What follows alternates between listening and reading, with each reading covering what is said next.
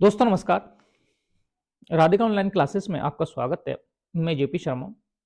दोस्तों ये आरएसआर का जो अपना तीसरा वीडियो है, ये आरएसआर का अपना तीसरा वीडियो है। तो दोस्तों अगर आपने पहले वो वीडियो नहीं देखे हैं तो आरएसआर का फर्स्ट वीडियो देख लें और सेकंड वीडियो देख लें और उसके बाद में थर्ड वीडियो देखें। क्योंकि देखो दोस्तों, ये जो आरएसआर है राजस्थान सेवा रूल्स है, ये सीरियल वाइज सीरियल ही चलते हैं और सीरियल वाइज सीरियल ही आपके समझ में आएंगे।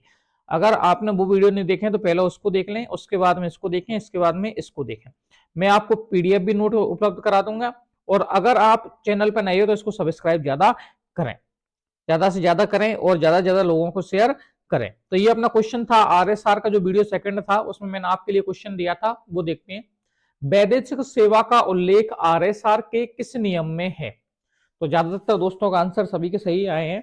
किस नियम में है वैदेशिक सेवा का उल्लेख? तो वैदेशिक सेवा का उल्लेख है नियम 7.10। अपना 7वां नियम चल रहा है, नियम 7.10 में वैदेशिक सेवा का उल्लेख है, मैंने आपको बताया भी था। और अगर बात करें नियम 7.11, तो 7.11 में किसका है? तो विभागाध्यक्ष का है। नियम 7.11 में किसका है उल्लेख है? विभागाध्यक्ष।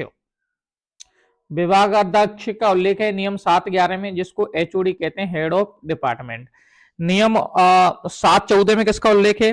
तो उसमें जोनिंग टाइम का था, मैंने आपको बताया था कार्य ग्रहण या पद ग्रहण का है इसमें ना, कार्य ग्रहण या पद ग्रहण का है, जिसको अपन कहते हैं जोनिंग टाइम। जोनिंग टाइम का उल्लेख है। तो मैंने आपको बताया था, ये आपका क्वेश्चन था, ज्यादातर सभी आंसरों का सही आए हैं। ओके, नियम 7.11 में विभागाध्यक्ष है, नियम 7.10 में वैदेशिक सेवा है, नियम 7.9 में किसका उल्लेख था? तो नियम 7.9 में किसका उल्लेख था? शुल्क। कि शुल्क क्या होगी, फीस क्या क्या मान्य होंगे, वो मैंने आपको बताया था वीडियो सेकंड में। आगे एक क्वेश्चन और था आपका, मानदेय का उल्क आरएसआर के किस नियम में है? मानदेय का उल्क आरएसआर के किस नियम में है? तो मानदेय का बताओ कौन से में सही आंसर दिया था? ये 7.13 में। 7.13 में किसका उल्लेख है? मानदेय का उल्लेख है, होनरेरियम, जिसको इंग्लिश में कहते हैं होनरेरियम।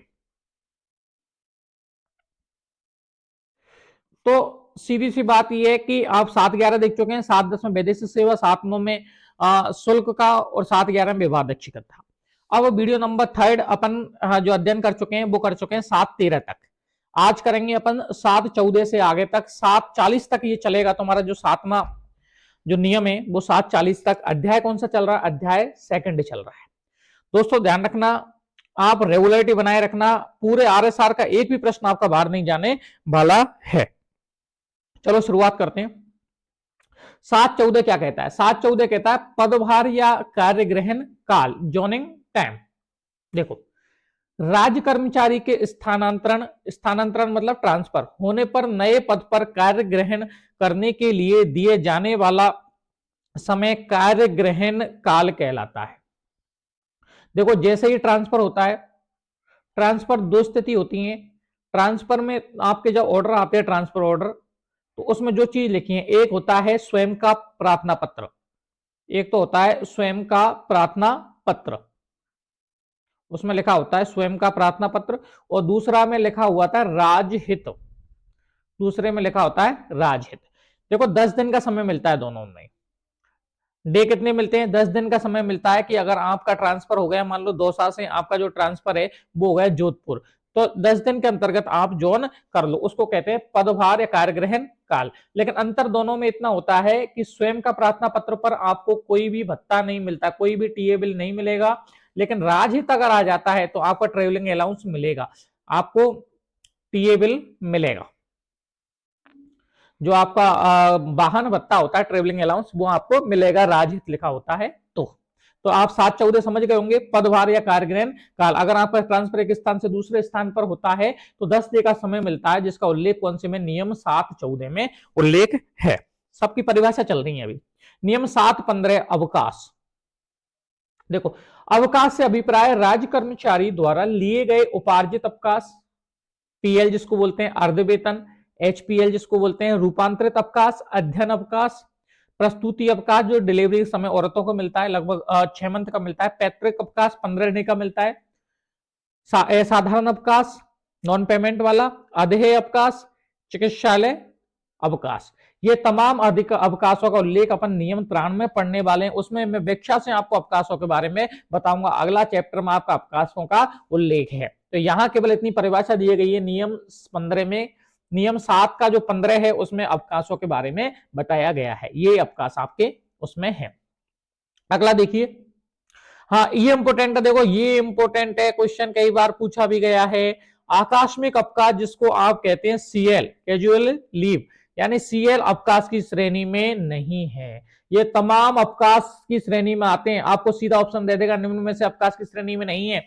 उपार्जित अवकाश, अर्धवेतन अवकाश, रूपांतरित अवकाश या आकस्मिक अवकाश जो सीएल है वो आपके अवकाश की श्रेणी में नहीं आती है।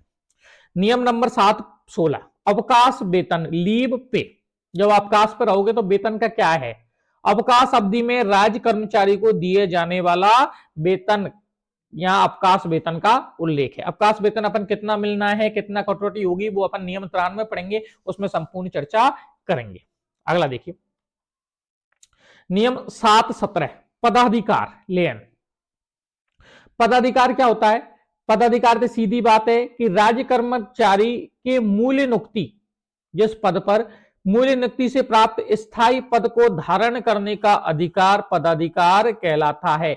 मान लो आप तैयारी कर रहे हैं जेआरए की, जूनियर अकाउंटेंट की, और आपको जो है डिपार्टमेंट मिल गया, मान लो पीडब्ल्यूडी, और पीडब्ल्यूडी में एक पद है जिसका नाम है जूनियर अकाउंटेंट का, एक रिक्त पद है। तो आप उस पद पर जब भर जाओगे तो आपका उस पद पर क्या होगा?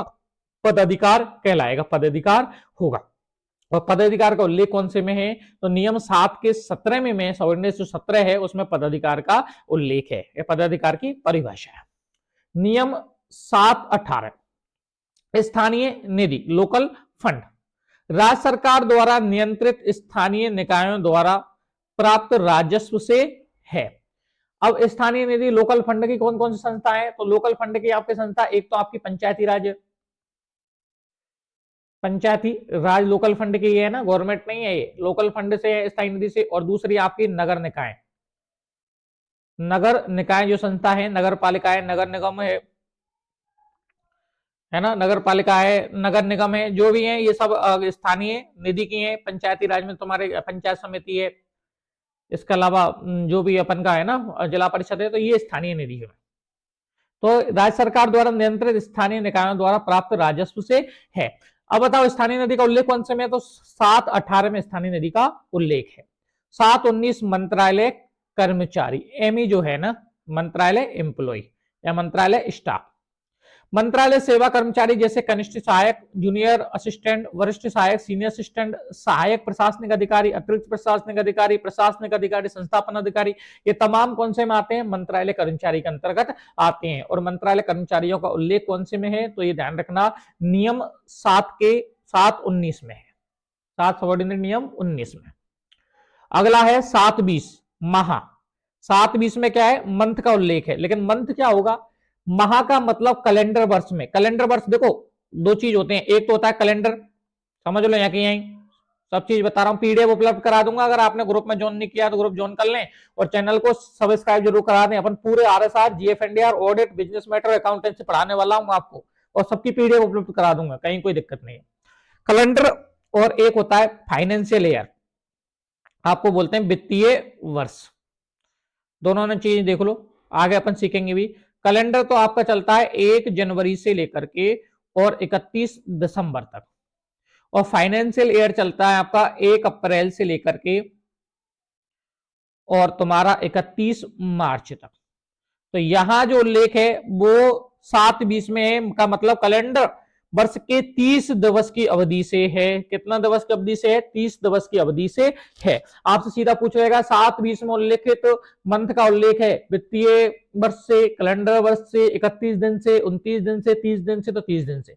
नियम है 7-21 विलोपित, नियम 7-21 हटा दिया गया है, इसलिए अपन को पढ़ना ही नहीं है। नियम 7-21 हटा दिया गया है, इसलिए आपको पढ़ना ही नहीं है। तो देखो 7-17 में पदाधिकार, 7-18 में स्थानीय निधि जो पंचायती राज नगर निकाय है, 7-19 में है तुम्हारा मंत्रालय कर्मचारी, 7-20 में है तुम्हारा मंथ का उल्लेख है, और 7-21 का वाला विलोपित है।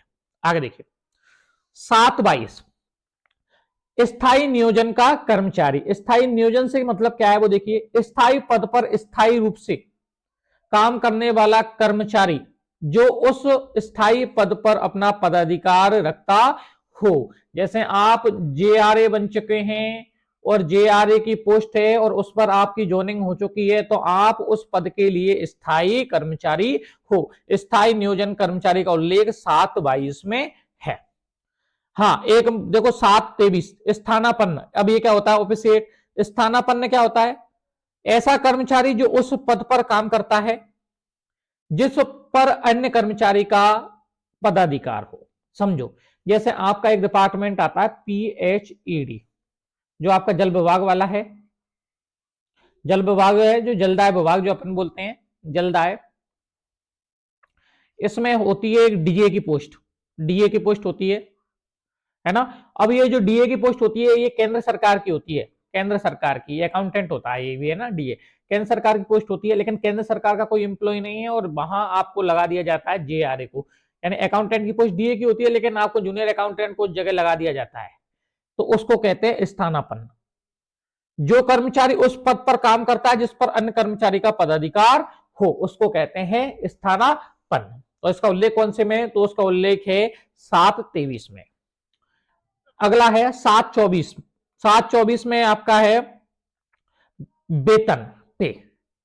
वेतन का उल्लेख कौन से में? 724 में। देखो, वेतन का अभिप्राय एक राज्य कर्मचारी द्वारा प्राप्त किए जाने वाले मासिक वेतन से है ना। आपने कार्य किया और आपके बदले में उसको मासिक वेतन मिला। अब जैसे वेतन के कितने प्रकार हैं? वेतन आपको वेतन, सैलरी, व्यक्तिगत वेतन, विशेष वेतन, महंगाई भत्ता, अवकाश वेतन, धुलाई भत्ता, साक्षरता भत्ता, नॉन प्रोटेक्स भत्ता, पेंशन एवं उपादान और कार्यभार पदभार ग्रहण।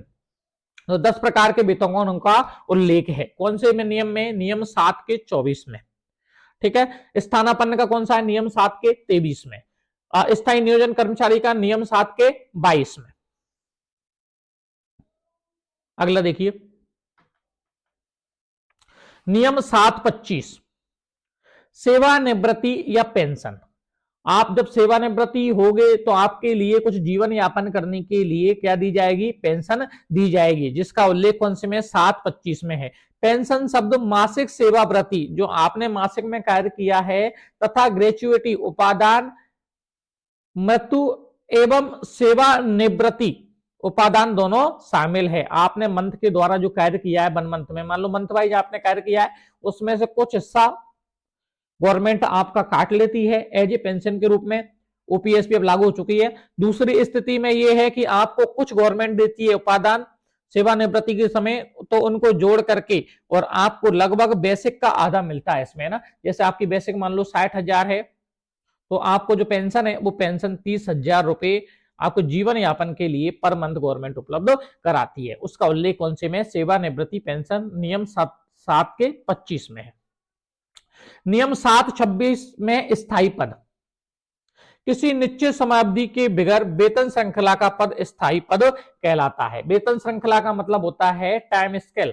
टाइम स्केल का मतलब यह होता है कि जो आप उस श्रृंखला के अनुसार आपको वेतन मिल रहा हो। जैसे आप अकाउंटेंट लगे L10, तो L10 में आपको मिलेगा, है ना, जो आपको 33,800 मिलेगा 2 साल के बाद में। फिर आपका बढ़ता ही जाएगा, 3% बेसिक का हर साल इंक्रीमेंट लग जाएगा, फिर आपका 34 हो जाएगा, फिर 35। उस श्रृंखला के अनुसार जो वेतन मिलता है उसको क्या कहते हैं? अपन स्थायी पद कहते हैं। और स्थायी पद का जो उल्लेख है वो कौन से में? तो स्थायी पद का उल्लेख है 726 में स्थायी पद का उल्लेख है। अगला देखिए, व्यक्तिगत वेतन। व्यक्तिगत वेतन कर्मचारी को दिए जाने वाला अतिरिक्त वेतन जिसकी स्वीकृति निम्नांकित कारणों से दी जाती है। वेतन निर्धारण संशोधन के कारण कर्मचारी के वेतन में होने वाली कमी की पूर्ति हेतु और अपवाद स्वरूप विशिष्ट योग्यता एवं अनुभव के आधार पर। इसको समझो, व्यक्तिगत वेतन कर्मचारी को दिए जाने वाला अतिरिक्त वेतन। मान लो कर्मचारी कोई ज्यादा कार्य कर रहा है, 6 बजे तक कर्मचारी रुका हुआ है, 9:30 से लेकर के और 6 तक तो ऑफिशियल टाइम होता है, लेकिन कर्मचारी को ज्यादा ही काम कर रहा है, कर्मचारी एम्प्लॉय नहीं है, तो उसके लिए अतिरिक्त वेतन जो दिया जाता है उसको व्यक्तिगत वेतन कहा जाता है, जिसकी स्वीकृति निम्नांकित कारणों से दी जाती है। वेतन निर्धारण संशोधन के कारण कर्मचारी के वेतन में होने वाली कमी। मान लो कि आपको कोई कर्मचारी को वेतन तो मिलना था 33,800, लेकिन कोई कारणवश से उसकी विसंगति रह गई है और उसमें उसके इंक्रीमेंट सही ना लगते हुए कम वेतन मिला है, तो एक तो उस कारण से दिया जाता है। दूसरा कारण है कि अपवाद स्वरूप विशिष्ट योग्यता एवं अनुभव के आधार पर, मान लो कैंडिडेट काम कर रहा है लगातार 4 घंटे ज्यादा कर रहा है, तो उसके लिए भी विशिष्ट वेतन दिया जाता है। और इसका उल्लेख कौन से में, तो 7/27 में है। 7/27 तक अपन यहां देखते हैं, और 7/28 से लेकर के और 7/40 तक, 7/28 से लेकर 7/40 तक उस वीडियो में देखते हैं। एक बार रिवीजन करा देता हूं मैं आपको। 7/27 तक देखिए, अपन ने जो आज देखा है वो 7/14 में पदभार कार्यग्रहण काल जोनिंग टाइम का है। जोनिंग टाइम का मतलब ये है कि एक स्थान से आपका दूसरे स्थान पर ट्रांसफर हो गया तो 10 डे मिलते हैं जॉइन करने के लिए। ट्रांसफर लेटर में आपको 2 चीज लिखी होती है, या तो लिखा है स्वयं का प्रार्थना पत्र, अगर स्वयं का प्रार्थना पत्र लिखा हुआ है तो आपको कोई प्रकार का टीए नहीं मिलेगा, और अगर राजहित लिखा हुआ तो आपको ट्रेवलिंग अलाउंस मिलेगा। नियम 7/15 अवकाश, अवकाशों का उल्लेख है। अवकाश कितने प्रकार की है, अवकाश में उपार्जित अवकाश है, अर्धवेतन अवकाश है, रूपांतरित अवकाश है, अध्ययन अवकाश है, प्रस्तुति अवकाश है, पैतृक अवकाश है, असाधारण अवकाश है, अधेय अवकाश है, चिकित्सा अवकाश है। लेकिन ध्यान रखना सीएल अवकाश की श्रेणी में नहीं आता। अगला है अवकाश वेतन। अवकाश अवधि में राज्य कर्मचारी को दिए जाने वाला वेतन का उल्लेख 7/16 में। 7/17 में पदाधिकार है कि राज्य कर्मचारी मूल नियुक्ति से प्राप्त जो स्थायी पद पर जो धारण कर लेता है उसको पदाधिकार कहते हैं। 7/18 में स्थानीय निधि का है, जिसमें पंचायती राज नगर पालिकाएं आती हैं। 7/19 में मंत्रालय कर्मचारी का कनिष्ठ सहायक है, वरिष्ठ सहायक है, सहायक प्रशासनिक अधिकारी, अतिरिक्त प्रशासनिक अधिकारी है, संस्थापन अधिकारी है ना, तो ये तमाम मंत्रालय श्रेणी के अंतर्गत आते हैं, जो 7/19 में उल्लेख है। 7/20 में माह का उल्लेख है। माह का मतलब कैलेंडर वर्ष से है जिसमें 30 दिवस हो। 7/21 विलोपित कर दिया है। 7/22 में स्थानीय नियोजन का कर्मचारी, स्थानीय पद पर स्थायी रूप से काम करने वाला कर्मचारी जो उस स्थायी पद पर अपना पदाधिकार रखता हो, यानी उस स्थायी पद पर वो जॉइन हो चुका हो। 7/23 में स्थानापन्न, एक ऐसा कर्मचारी जो उस पद पर काम करता है जिस पर अन्य कर्मचारी का अधिकार है, तो उसको कहते हैं स्थानापन्न। 7/24 में वेतन है। वेतन 10 प्रकार के हैं। वेतन, व्यक्तिगत वेतन, विशेष वेतन, महंगाई भत्ता, अवकाश, धुलाई, नॉन पैट्रिक पेंशन, उपादान और कार्यभार। 7/25 में सेवानिवृत्ति पेंशन है। जब आप सेवानिवृत्त होंगे तो सरकार आपके लिए बेसिक का आधा हिस्सा सेवानिवृत्ति पेंशन के रूप में देगी, जिसका उल्लेख 7/25 में है। 7/26 में स्थायी पद है। किसी निश्चित समय अवधि बगैर आपको वेतन श्रृंखला के अनुसार पद बढ़ता हुआ जाएगा, वेतन बढ़ता हुआ जाएगा, उसको स्थायी पद कहते हैं।